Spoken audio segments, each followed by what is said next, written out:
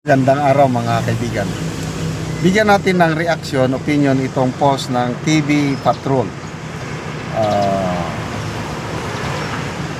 Itinuturing ni Senator Sherwin Gatchalian na manifestasyon na ng krisis sa langis ang kasalukuyang estado ng bansa.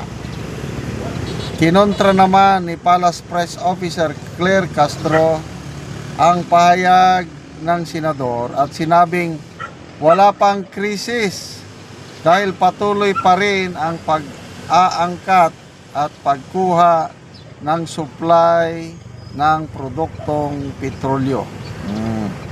So, ito yung exact statement ni Senator Gatchalian. Sabi niya, ako masasabi ko oil crisis na ito dahil ang tagal na ito ang pang 22nd day na ito. Itong problema na ito ay multifaceted dahil humahaba, kumakalat yung problema. Anong sagot ni Auntie Claire? Sa ngayon, hindi pa po kasi nakikita ni Pangulong Ferdinand Marcos Jr. ang ganyang sitwasyon dahil patuloy naman po tayong umaangkat at nakakakuha pa po ng supply ng produktong petrolyo. Pero ang gustong ipadama kasi ng Pangulo sa ating mga kababayan ay hindi kailangang magpanik. Okay. So, ano ba ang batayan ng Pangulo bago niya i-declare nga meron tayong oil crisis? Kaya nga, sinasabi niya na everything is normal. Normal pa rin tayo. O, ito, reaksyon ng taong bayan. 19,000 ang nag-react. 17,000 ang tumatawa, 452 ang galit, 1,400 lang ang nag-like. So percentage wise, nasa 90% ng taong bayan hindi na naniniwala sa Pangulo, hindi na naniniwala sa ano. Kasi kung ako ang tatanungin nyo, oil crisis na ito. Okay. Ang nakikita ko lang, opinion ko lang ito. Bakit ayaw nilang mag-declare ng oil crisis? Ayaw nilang Ayaw nilang ma-suspend yung excise tax. Pag isuspend yung excise tax ng langis, bababa ang singil o bababa ang presyo ng langis, aabot ng 10 pesos.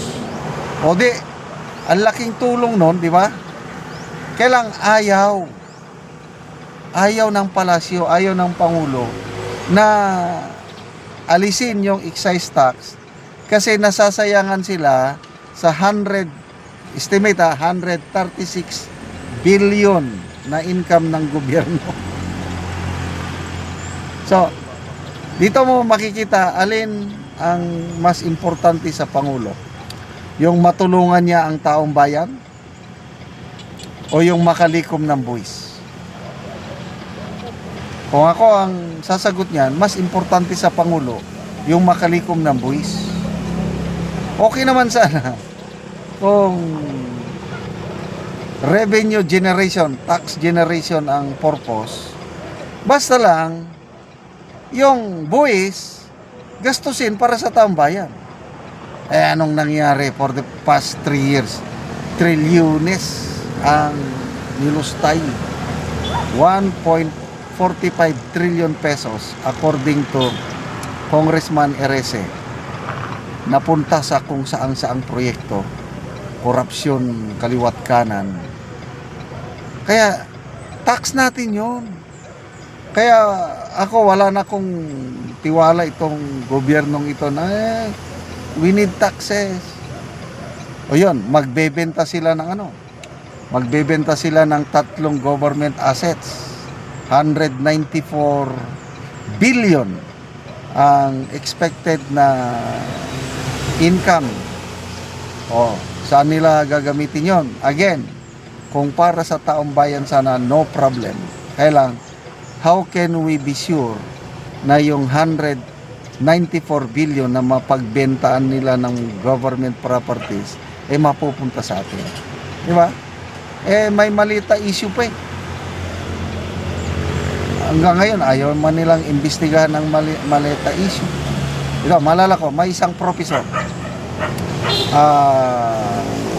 financial and economic expert, sabi niya, the country, Philippines, is already in a state of emergency. Yun ang payag. Kaya, itong pananaw ni Senator Gatchalian at yung si Professor Leco, yung economist, nagtugma. Ako, economic, oil crisis na. Ito, nagbibiyahe kami. Yung 1,000 pesos ko noon, 20 liters na.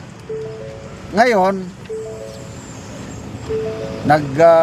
bago lang kaming nagpa-gas up, 20 liters, 2,000, magkano binayaran natin? 2,150 something. Nag times 2. Oh. Presyo ng mga bilihin pataas na rin. Wala pang krisis? Ano pa? Ang tinitingnan lang nila dahil nakakabili pa sila ng langis, okay lang sa kanila. Paano naman yung presyo ng langis? Bali, wala sa kanila. Kasi, hindi naman apektado ang Pangulo sa presyo ng langis. Bali, wala sa kanya kahit mag 1,000 pesos pa ang presyo ng krudo. Hindi naman siya gumagastos. Pera man natin ang kanyang ginagastos. Paano tayo na lalo na yung mga minimum wage earners, kumikita lang ng 300, 400 per day. Kawawa. Mga drivers, sinasabi na ibang driver, wala na, 56 pesos na lang ang naiwan sa aking kinita. Wala na. So, wala pang krisis. Sige, normal lang daw. Pasalamat tayo at meron tayong Pangulo na puros normal ang tingin. Salamat mga kaibigan sa inyong pagsubaybay sa channel. Nakakatulong kayo ng malaki sa tribong Talanding ng Bukidnon dahil ang sweldo natin sa channel na ito is pantulong sa tribo. Mamimigay tayo ng libreng yero at pako para makapagpatayo sila ng mas maayos na tirahan. Panoorin niyo ang video nito. Muna ni ang atop ni nanay sa natagaan na mo og yero. So muna ni gid ang itsura sa iyang atop nga mga dagko na gyud og buslot. Ipang sapahan og silupin makita man gani.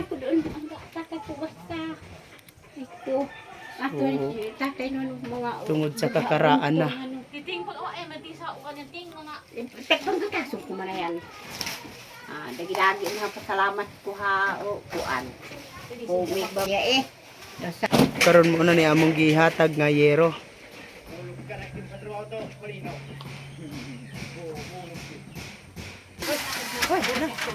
Guru, ini na.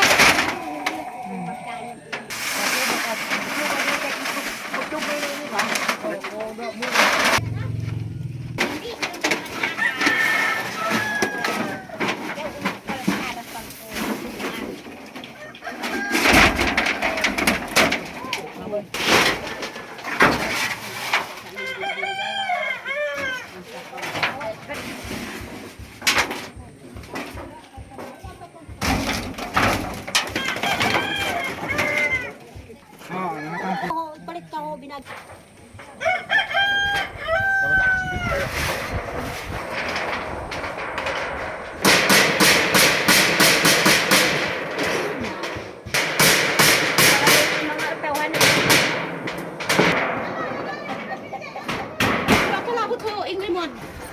madayo. Sudah sabi ko. Sudah sabi.